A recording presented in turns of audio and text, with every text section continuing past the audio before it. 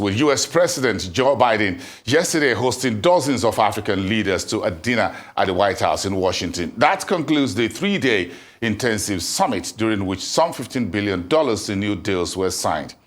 Speaking at the State House dinner, President Biden and the chairperson of the African Union and the president of Senegal, Macky Sall, summed up the summit and toasted to a new partnership between both continents. All of you, welcome to the White House. And, we saw, as you saw coming in, we've decorated the holidays around a theme. It's every year the president picks a theme or the first lady picks a theme for the holidays. And the theme this year was We the People.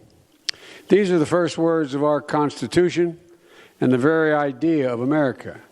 And they're the leading words of many of your constitutions for we the people of Kenya, we the people of Namibia, we the people of Liberia, we the people of the Federal Republic of Niger, and so many others.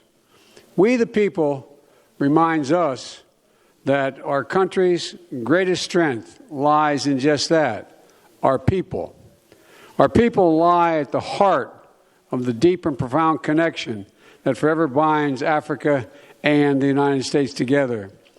We remember the stolen men and women and children who were brought to our shores in chains, subjected to unimaginable cruelty.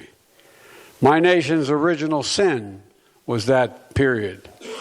We honor their descendants who are for generations have helped build this country and propel it to higher heights, leading the charge, blazing new trails, and forging a better future for everyone in America.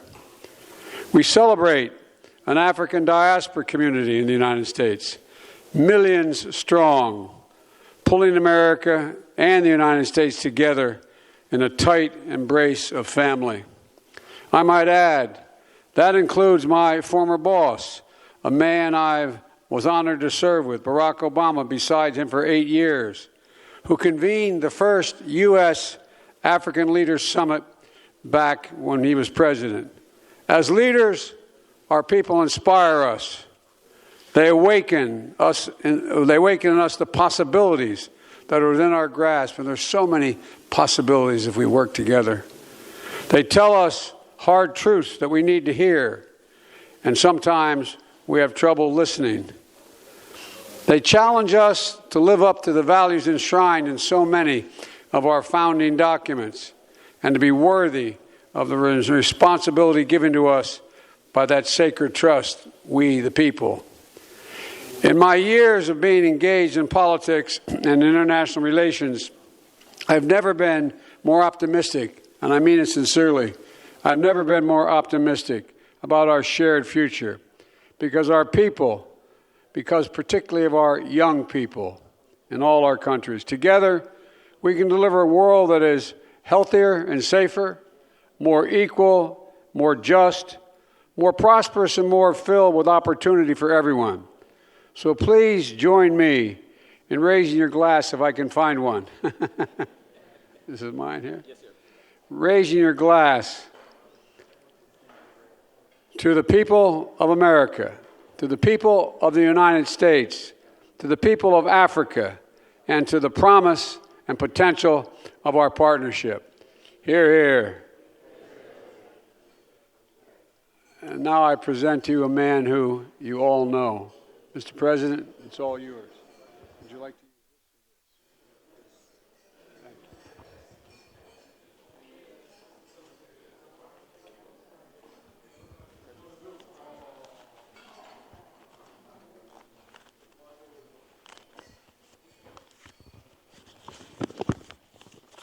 Thank you very much. President Joseph Biden, First Lady Jill Biden, Madam Vice President Kamala Harris, Second Gentleman Douglas Emhoff, dear colleagues from Africa, ladies and gentlemen.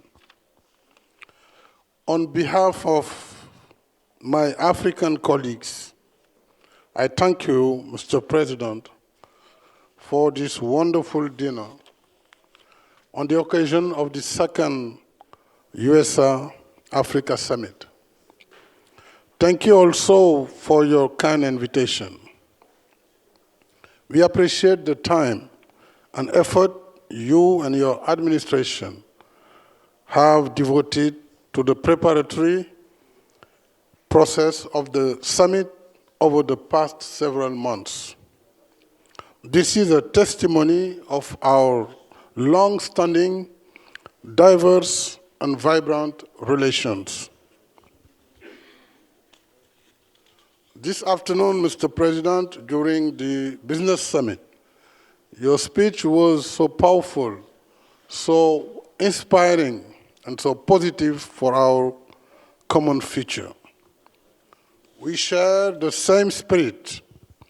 We want to advance our common agenda with you and take our partnership to the next level in an inclusive approach, bringing together governments, the private sector, civil society, and the African diaspora.